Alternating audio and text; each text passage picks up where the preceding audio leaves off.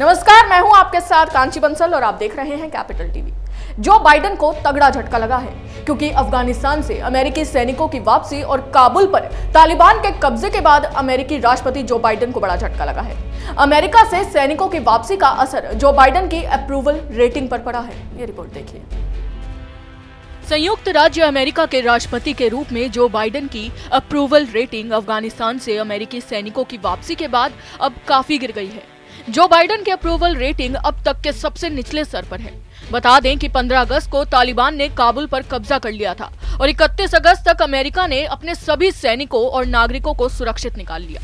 एक नई मेरिस्ट नेशनल पोल के अनुसार अमेरिकी राष्ट्रपति जो बाइडेन की अप्रूवल रेटिंग 43% के अब तक के सबसे निचले स्तर पर आ गई है, जो उनके राष्ट्रपति बनने के बाद से सबसे कम है। ज्यादातर अमेरिकियों ने जो बाइडेन की विदेशी नीति की निंदा की है, जबकि आबादी के एक बड़े हिस्से ने भी अफगानिस्तान में संयुक्त राज्य की भूमिका को विफल करार दिया है।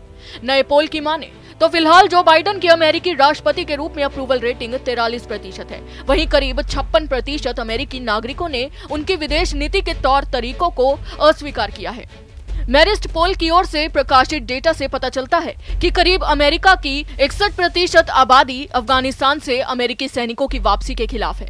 पोल में कहा गया है कि अमेरिकी इस बारे में निश्चित नहीं है कि अफगानिस्तान में वास्तव में क्या होना चाहिए था, मगर एक बड़े बहुमत का कहना है कि अफगानिस्तान में संयुक्त राज्य की भूमिका विफल साबित हुई है। जब अमेरिकियों से ये पूछा गया कि अमेरिका को अफगानिस्तान की स्थिति से कैसे निपटना चाहिए, तो पोल में शामिल लोगों की राय अलग अलग थी।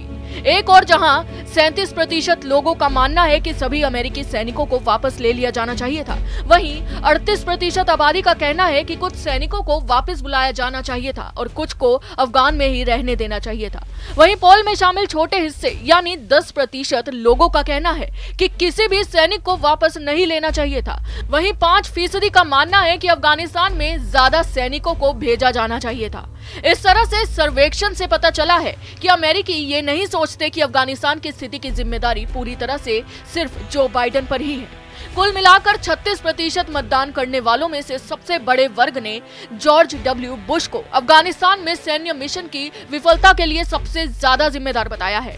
इसके अनुसार अफगानिस्तान में अमेरिका की विफलता के लिए जो बाइडेन 21%, बैरक ओबामा 15% और डोनाल्ड ट्रंप 12% जिम्मेदार हैं। हालांकि पोल में शामिल डेमोक्रेट्स ने रिपब्लिकन नेता जॉर्ज डब्ल्यू बुश को 53% और ट्रंप को 22% जिम्मेदार बताया है। वहीं रिपब्लिकन ने डेमोक्रेट्स नेता जो बाइडेन को 38% और ओबामा को 34% जिम्मेदार बताया है।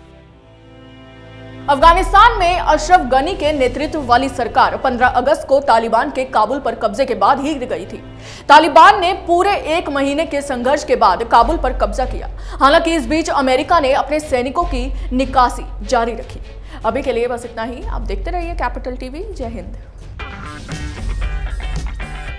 अगर आपको हमारा वीडियो पसंद आया हो तो इसे लाइक करें, हमारे चैनल को सब्सक्राइब करें और हाँ, बेल आइकन दबाना ना भूलें ताकि आप तक हमारे वीडियो की नोटिफिकेशन पहुंचती रहे।